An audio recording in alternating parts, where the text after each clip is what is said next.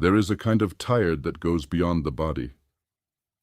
You know the tired I am talking about. It is not the tired that comes from a long week or a hard season or a stretch of poor sleep. It is the tired that has moved into your bones. The tired that does not lift after a good night or a quiet weekend or a few days of doing less. The tired that is there when you wake up and there when you lie down and present in every moment in between, like a weight that has become so familiar you have almost stopped noticing it is not supposed to be there. And somewhere inside that tired, somewhere in the middle of the kind of exhaustion that hollows you out, something happens to your prayer life. Maybe it happens gradually, maybe it happens suddenly. But at some point the words stop coming. The reaching stops feeling like something you have the energy for. The conversations with God that used to feel natural start to feel like one more demand in a life that has already asked more of you than you had to give. And so you stop. Not because you stopped believing, not because something broke, but because you are just too tired. And then comes the layer of pain that gets added on top of the exhaustion. The shame of the silence, the worry that the distance you feel is something you caused, the quiet fear that faith requires a level of functioning you do not currently have access to, the sense that you have let something important slip, that the very thing that might help you most is the thing you cannot bring yourself to do. If that is where you are right now, I want you to hear this before anything else. You are not failing. You are not faithless. You are a human being who has reached the end of a very long road on a very empty tank. And what I want to talk about today is not how to pray better. It is not how to discipline yourself back into a practice you have lost. It is something much more important than that. I want to talk about what God does when you have nothing left to bring. Before we go anywhere else, I want to stay here for a moment, in the nothing left place. Because most conversations about spiritual exhaustion treat it like a problem to be quickly resolved, rather than a real human condition that deserves to be honestly witnessed. So let me ask you something. How long have you been this tired? Not the surface tired, the deep tired. The kind that started in a specific season and never fully lifted when the season changed. The kind that accumulated through losses that came too close together, or demands that never let up, or the ongoing weight of something you have been carrying that other people cannot fully see. The kind that made you realize one day that you were running on something you could not name because it was not actually strength. It was the momentum of having always kept going, and you had not yet noticed that the momentum was running out. For some people, the tiredness that stops the prayer is grief. A loss that was so significant, it rearranged the interior landscape so completely that you do not know how to reach toward the place the prayer used to come from, because that place does not feel like the same place anymore. The loss changed you. And the version of you that prays the way you used to pray does not fully exist in the same form. For some people, it is burnout. The long, slow depletion of someone who gave and gave and gave to their work, their family, their community, their calling, without adequate replenishment, until the tank that prayer was supposed to draw from was simply empty, not damaged, not broken, empty. The way a well goes dry, not because something is wrong with the well, but because more was drawn from it than fell back into it over too long a period. For some people, it is disappointment. Prayers that were prayed with real faith over real time that did not receive the answers that were hoped for. And the body, wiser than we sometimes give it credit for, simply stopped sending the signal, not as a rebellion, as a protection. Because reaching again in the same direction that reaching has not produced anything for a very long time starts to feel like a kind of self-harm. Whatever form your nothing left takes. It is real, and it did not happen because you were not trying hard enough. It happened because you are human, and being human has limits. Even faithful humans have limits. Especially faithful humans, who often push past those limits in the name of their faith without realizing what the pushing is costing them. Now I want to say something that might be the most significant thing in everything we discussed today. The prayer does not have to be eloquent. The prayer does not have to be long. The prayer does not have to be theologically sound or emotionally composed or anything other than honest. And here is the part that changes everything for people who are too tired to pray in any form they recognize. The prayer does not even have to be words. There is a kind of reaching that happens below language, below formed thought, below the capacity to construct a sentence and deliver it with intention. It is the reaching that happens when you sit in the car in the parking lot and cannot make yourself go inside yet. It is the reaching that happens when you press your face into a pillow and just stay there. It is the reaching that happens in the exhale that contains everything you cannot find words for. It is the reaching that happens when you are too tired to do anything but exist in the direction of something larger than yourself. That is prayer. Not the impressive kind, not the kind anyone would quote, not the kind that sounds like faith from the outside, but the kind that is made of the actual substance of where you are, offered in the only form available to you right now. And that form, the honest, wordless, barely there, too tired to even try form, is received. Not because God grades on a curve, not because the low-quality prayer counts as credit towards some minimum requirement, but because what prayer is, at its most essential, is not performance. It is presence. It is being in the direction of the relationship even when you have nothing to say. It is the turned face, even when the turning takes everything you have. And the turned face, in whatever condition it arrives, is enough. Let me talk about what God does when you have nothing left, because this is the heart of what I want you to actually hear today. The image most of us carry of how our spiritual life is supposed to work is a two-way conversation. We bring something. God responds. We speak. God answers. We pray. God moves. And when the bringing stops, because we are too depleted to bring anything, we assume the exchange stops too. We assume that our silence creates a corresponding distance, that the nothing we are offering is met with nothing in return. But that image is not the whole picture. And the part it is missing is the part that matters most when you have nothing left. There is a kind of movement that does not require your initiation, a kind of presence that is not contingent on your participation, a kind of work that happens in you and around you and for you that does not pause because you have paused. And when you are in the nothing left place, when the tank is empty and the words are gone and the reaching feels impossible, that is often exactly when that kind of movement becomes most active. Not because suffering earns something, not because God is waiting for you to hit bottom before becoming present, but because the emptying, the true, complete, nothing held back emptying of the self, creates a space that was not available when you were full, when you were capable, when you were managing. The managed life is a busy life, and busy lives, even faithful ones, even intentional ones, are not always fully available to receive what they are not quiet enough to perceive. The nothing left place is quiet, uncomfortably, desperately quiet. And in that quiet, things become possible that are not possible in the noise of a fully functional life. A kind of receiving that does not require striving.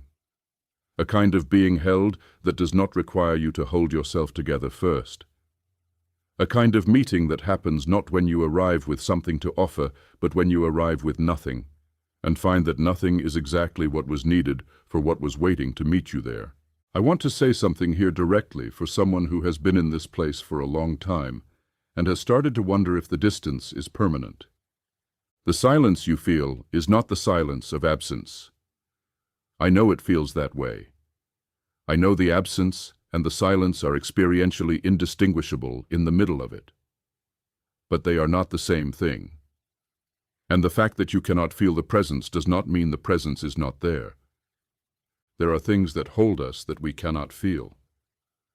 The ground under your feet is holding you right now even though you are not conscious of it. The air you are breathing is sustaining your life even in the moments when you are not paying attention to it. And there is a kind of holding that happens in the deepest exhaustion of the spirit that operates below the level of feeling, below the level of perception, in the place where your body knows things your mind has not caught up to yet. You are being held right now, not because you earned it, not because you prayed enough or believed correctly or stayed faithful in all the ways faithfulness demands, but because the holding does not depend on any of that, because the relationship is not a transaction where your output determines what you receive. Because whatever the nothing left feels like from the inside, you are not outside the reach of what is holding you.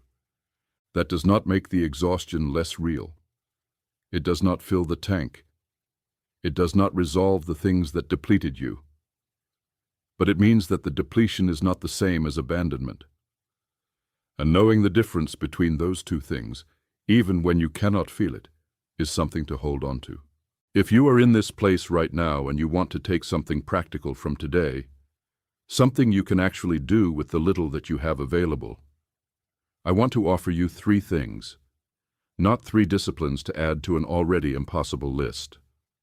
3 small, honest permissions.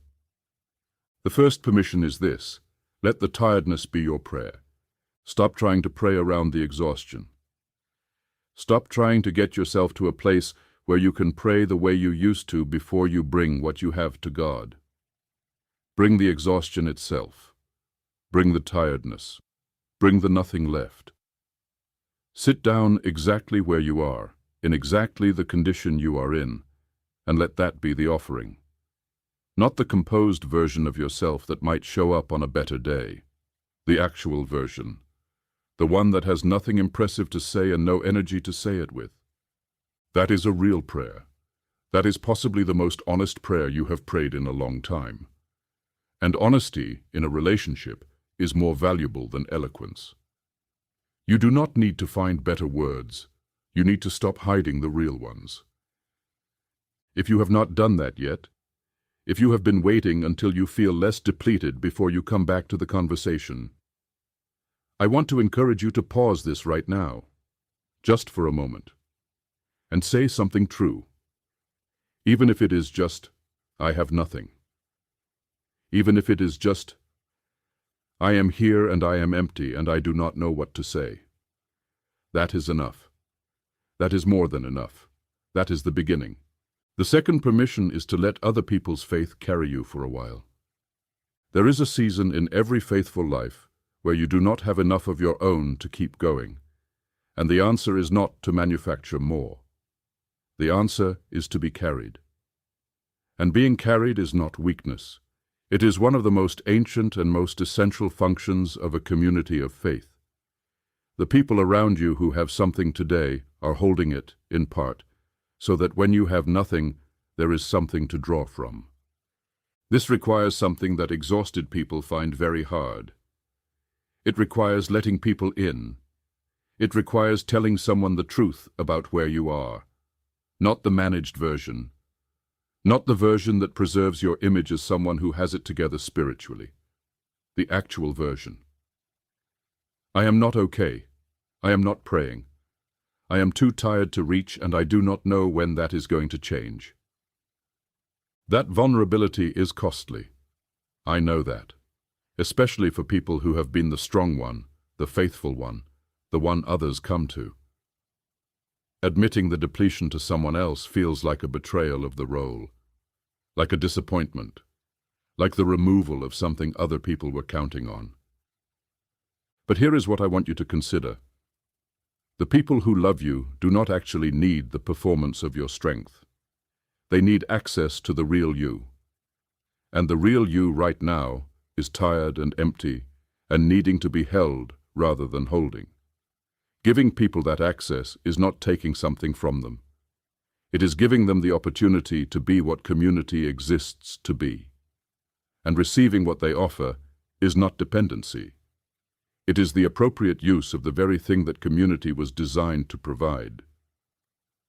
If there is one person you can tell the truth to this week, if there is one person who can know where you actually are and pray for you and with you and in your direction on the days when you cannot do it yourself, reach out to that person.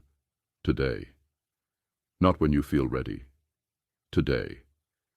Let someone carry something for you for a while. You do not have to carry this alone, and you were never meant to. The third permission is to rest without guilt. This one might be the hardest of the three for certain people. Because rest, for the deeply faithful person who is used to producing and serving and showing up, can feel like abandonment, like giving up, like the thing that happens when you have stopped caring. But rest is not abandonment. Rest is recovery. And recovery, for a nervous system and a spirit and a human life that has been running on empty, is not optional. It is the condition for everything else becoming possible again. The capacity to pray will return. The capacity to reach, to engage, to show up in the fullness of who you are spiritually, it will return. But it will not return because you pushed harder. It will not return because you disciplined yourself back into productivity while your body and your spirit were still screaming for restoration. It will return because you gave it the conditions it needed to restore. And those conditions are rest, real rest. Guilt-free, unapologetic, genuinely restorative rest. That means sleep if sleep has been robbed. It means quiet if noise has been constant. It means beauty if everything in your environment has been gray and demanding. It means play if you have forgotten that play is a legitimate and essential part of a fully human life. It means whatever your body and your spirit are telling you they need when you are still enough to actually hear them. Rest is not something you earn by reaching a sufficient level of depletion. You are already there. Permission granted. Take it. I want to talk about what rebuilding looks like. Not the dramatic version, the real version. The version that starts not with a breakthrough moment, but with the smallest possible thing. Because here is what I have seen, over and over again, in people who have come through seasons of deep spiritual exhaustion and empty prayer and the nothing-left place. The return does not happen all at once. It does not happen through a grand recommitment or a powerful experience that restores everything that was lost. It happens incrementally, almost invisibly, one small thing at a time. A song that moves something that had gone still. A conversation that opens a door that had seemed closed. A moment of unexpected beauty that arrives without effort and reminds you that you are still capable of being reached. A dream that carries something you needed to hear. A thought that arrives in the silence, quiet and unhurried, that does not feel like your own thought. A morning where the weight is marginally lighter than the morning before for no identifiable reason, and you notice it. You notice it and you stay with it just a few seconds longer than you normally would. And in the staying, something stirs. That is how it starts. Not with a flood, with a trickle. And the trickle, tended to with patience and without the demand that it immediately become more than it is, becomes something over time that you would not have believed was possible from the bottom of the nothing-left place. Be patient with the trickle. Do not dismiss it because it is not the flood you pictured. Do not demand that the first small sign of return be the full restoration before you are willing to acknowledge it. Honor the small thing. Let it be small. Let it grow at the speed it grows. And trust that the direction it is moving is real even when it is barely perceptible. Let me speak to something that doesn't get talked about enough in conversations about spiritual exhaustion. The body. Your spiritual life is not separate from your physical body. It is not happening in some ethereal space above or around the physical experience of being human. It is happening in and through the physical experience. And when the body is depleted, when it is running on inadequate sleep, poor nutrition, chronic stress hormones, insufficient movement, and the physiological consequences of prolonged emotional strain. The spirit cannot fully function independent of those conditions. This is not a reductive statement. It is not saying that spiritual exhaustion is just a physical problem with a physical solution. But it is saying that physical restoration is part of spiritual restoration, not separate from it.